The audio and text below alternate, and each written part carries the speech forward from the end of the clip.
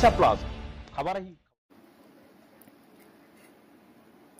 भंजनगर रे जुआ अड्डा पर चढ़ाऊ बहु जुआड़ी गिरफ। गंजाम जिलार परंपरा होई आसीछि जे दशहरा एवं कुमार पूर्णिमा समय सांगसाथी परिवार समस्त सदस्य मध्य ताश खेला जाए। यह जुआ खेल भावे आईनगत अपराध अटे। आज मध्य यही परंपरा रही आसी लोके यहाक मनोरंजन भावे ग्रहण करी पिलाठारू बुढ़ा समस्ते खेलती और उपभोग मध्य करती।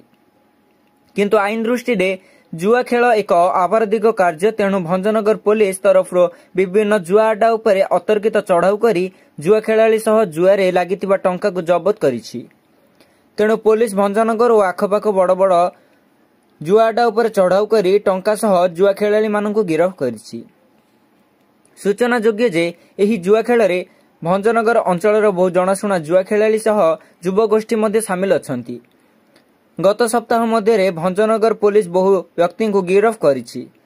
तेणु देखिबाकू गले एक्शन मोड रे भंजनगर पुलिस गत किछि दिन मध्य लक्षाधिक टंका जबत करने सहित 50 रु ऊर्ध्व व्यक्ति को गिरफ करिछि, जहा फल ताश खेल बा पारंपरिक जुआ खेल और खेलाड़ी मध्य छनका पशि जाइछि।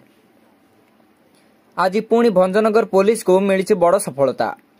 चली जुआ आड़ उपरे चढ़ाऊ करी 12 जन जुआ खेलाड़ी को गिरफ करने सहित 1,72,000 टंका, 5 गोटी मोटरसाइकेल और 13 गोटी मोबाइल जबत होईछि।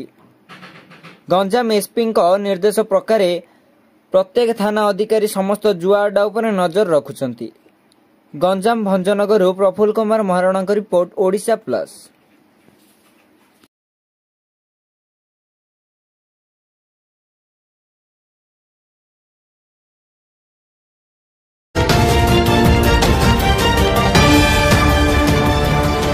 ओडिशा प्लस खबर ही